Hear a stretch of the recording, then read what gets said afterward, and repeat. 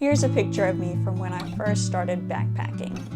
As you can tell, everyone else is wearing their pack besides me, because I remember in that moment I was like, even if it's just for a second, I need to get this pack off. It is that uncomfortable. Well, that was 10 years ago, and I've learned a lot. In this video, I'm gonna cover how to adjust your pack, how to pack your pack, to use a stuff sack or not, general backpacking philosophy, and a reality check at the end. Fitting your pack is important because really adjusting it is the biggest thing that's going to help in the moment. The first thing to do is loosen everything up and then find your iliad crest. Then get that hip belt sitting right snugly on the iliad crest. Then adjust your shoulder straps. Your hands move in the same direction as if you were skiing. Get those nice and tight, they shouldn't be moving around. Then grab your load lifters that are at the top of those shoulder straps and pull them forward. You want it to be tight enough that if you leaned back, it wouldn't flop back completely, but snug against your back. If your shoulder straps are moving when you walk, buckle that sternum strap, but know that that strap shouldn't have any weight on it. It's just for your comfort with the movement of the shoulder straps. If you adjusted it right, the majority of weight should be on your hips. Your shoulder straps should be pretty snug against your back, not weirdly gapped out or anything, and those load lifters should be at a 45-degree angle. Here's the thing about adjusting a pack. Every time I'm at REI trying on packs, they always tell me, you can just adjust it while you're out there. I don't find that helpful because knowing me, I'm gonna make it a little more snug, a little too loose, a little snug, a little loose, back and forth until I drive myself crazy. I guess the lesson we can learn with that is know that you can adjust while you're out there, but don't fixate on it. Next, let's talk about packing. When I was researching for this video, it seems like most how to pack a backpack videos are people showing you with their own gear what they put exactly where. I'm gonna just focus on more general stuff that you can apply to whatever gear you have. When it comes to weight being closer to your back or further away from it, you want it close to your back. Keep your center of gravity towards you instead of behind you. Now from bottom to top, the thing most people put in first is their sleeping bag. You don't need it during the day and it squishes down because of the weight of everything else. So sleeping bag first, and maybe, depending on your gear, you could put other things down there that you don't need to get out. Next comes your food because you want the heaviest stuff right there in the middle. Then on top, you could put things like your cook set. Remember to get out your lunch so you don't have to dig your food bag all the way back out. Things like a jacket or a warm layer you might want during the day. Anything like that could go on top. To recap that and show you all at once, here's a graphic. This is from armgeo.am.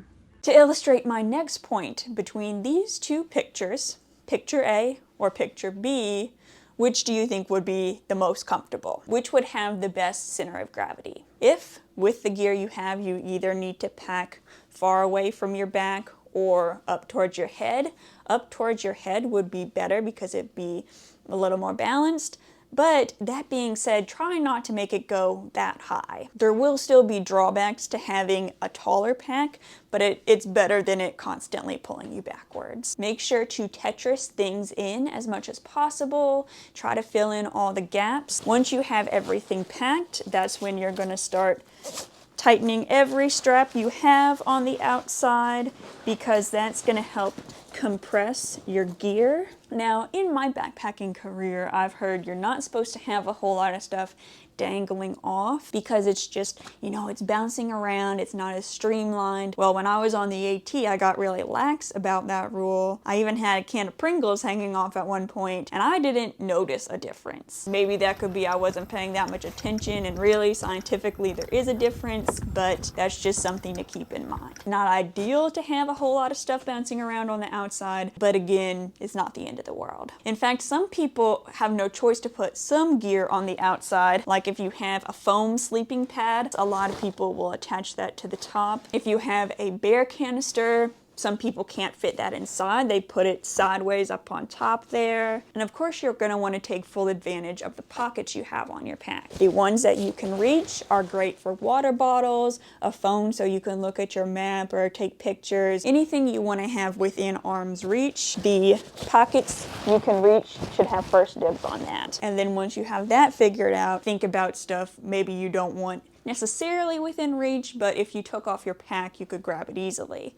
I'm thinking rain gear, I'm thinking toilet paper and trowel, first aid kit. Next, let's talk stuff sacks. Before I did the Superior hiking trail, I was at REI and I was telling an employee I heard this new philosophy where instead of compressing your sleeping bag into a rounded cylinder, you just let everything else that's sitting on top of it compress it down, and it kind of takes the shape of everything else. And he told me, oh, you need a stuff sack? There's some over there. You can pick them up while you're here. And I said, no, I didn't lose the first one that came with the sleeping bag. I'm purposely leaving it out. And he just thought that was nonsense. Honestly, I don't remember what I ended up doing on the SHT, but point of this story being, one, there's always new ideas in the world of backpacking. Even if you work at a gear shop, you can always learn something new. And two, there's pros and cons to using stuff sacks or not. There's not just one way to do things. I wanted to mention I don't have a beef with REI employees. I know I've told 2 stories now,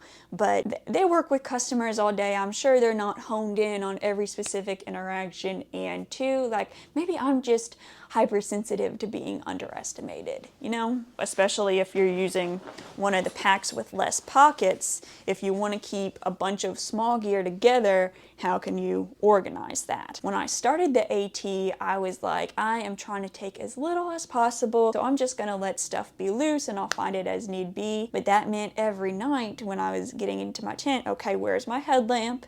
Where's my power bank? Where's my extra socks to sleep in? All that stuff was loose. But then at trail days, which if you don't know is in May, so it was like 1/4 of the way into my journey, they were giving away, it fell on the floor, they were giving away these little stuff sacks, and this just happened to be the perfect size for me. So I had all my nighttime gear in here. That way it was easy to find. Yes, it was one more thing, and technically all those little things weren't helping fill in the gaps that they would otherwise, Tetrising it together as well. But I think it was worth it for that little bit of organization. And also, when talking about changing the shape of things, the possibilities are endless. This sleeping mat came with a little bag that kept it like shorter and wider, but this is what my tent looks like, and I wanted 2 similarly sized things balancing out left and right. So instead of keeping this in the bag it came in, I experimented. Instead of folding it in quarters, I folded it in half and rolled it,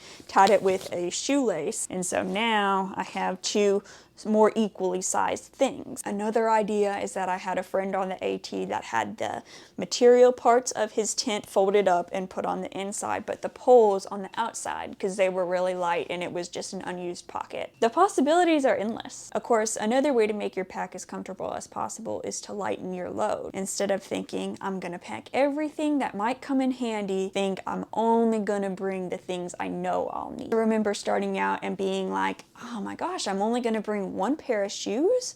What am I gonna do if they get wet or they, break a shoelace or something? Well, in that case, maybe bring 1 extra pair of Crocs or sandals for camp shoes. But other than that, if your main hiking shoes get wet, it's not comfy, but you can hike in wet shoes. And like I said, what if they break a shoelace or in other way, they come apart? Can you fix it with duct tape? Can you fix it with a hair tie? Just get things in okay condition until you can make it to the next town. Having to go without something may suck, but it's better than bringing a whole bunch of stuff just in case and not really needing that. Embrace the suck, as they say. Some ways to help narrow down your gear would be compare what you have to people's list of gear on blogs, on videos. You could ask someone with experience, but really your own experience is gonna be the best teacher. Everyone's different in how much is too much, levels of comfort. Really, you just gotta experiment. I made this video, how to make your backpack more comfortable without spending any money, but at the end of the day, spending money does really help. General camping gear is going to be pretty heavy, even though it is the cheapest, and then more specialized backpacking gear is going to cost a little bit more, and then ultralight and hyperlight gear can be more and more expensive. Personally, I wonder if there is some consumer psychology at play there, like people think because it's super expensive it must be top of the line. A $300 product from a reliable brand versus a similar product that's $800 but it's from a brand that really advertises itself as being very luxury and very cool. Just my little 2 cents there. A more expensive price does not necessarily mean a better product. A little story to illustrate this. Before the Tahoe Rim Trail, which was my first multi-week hike, I went to an outdoor store, a local outdoor store, not REI. So you know I'm not just picking on one brand. I went in with my fully packed pack because I wanted to see if they could adjust it better than I did. As we're leaving, the guy behind the register, not the guy that was helping us, the guy behind the register was like, and make sure you lighten that pack. You know, he was kind of joking with me about it. And I was like, what am I supposed to leave behind? My sleeping bag? My tent? Because that's what's taking up the most room. It's not like I have a hairdryer in there. At that time, the gear I had was stuff I would take to go camping, like at an established campground that you drive to. I had just bought a big backpack and new shoes for this hike. I couldn't splurge on all new gear right away. But then the next hike was the Superior Hiking Trail, and that's when I got a new tent and a new sleeping bag, and just that upgrade for a few $100s, that made a world of difference. And it's also important to note that I'm talking about making a backpack more comfortable, but just know that it will never be totally comfortable, right? Because you are carrying a substantial amount of weight, covering miles, probably uneven terrain, so there's going to be some discomfort. We're just trying to make it as little discomfort as possible. I don't mean to sound discouraging at all, I just want to be realistic, and so many hikers would tell you it is 100% worth it. Thank you so much for watching. If you have anything to add or any questions, please let me know, and I hope to see you again next time.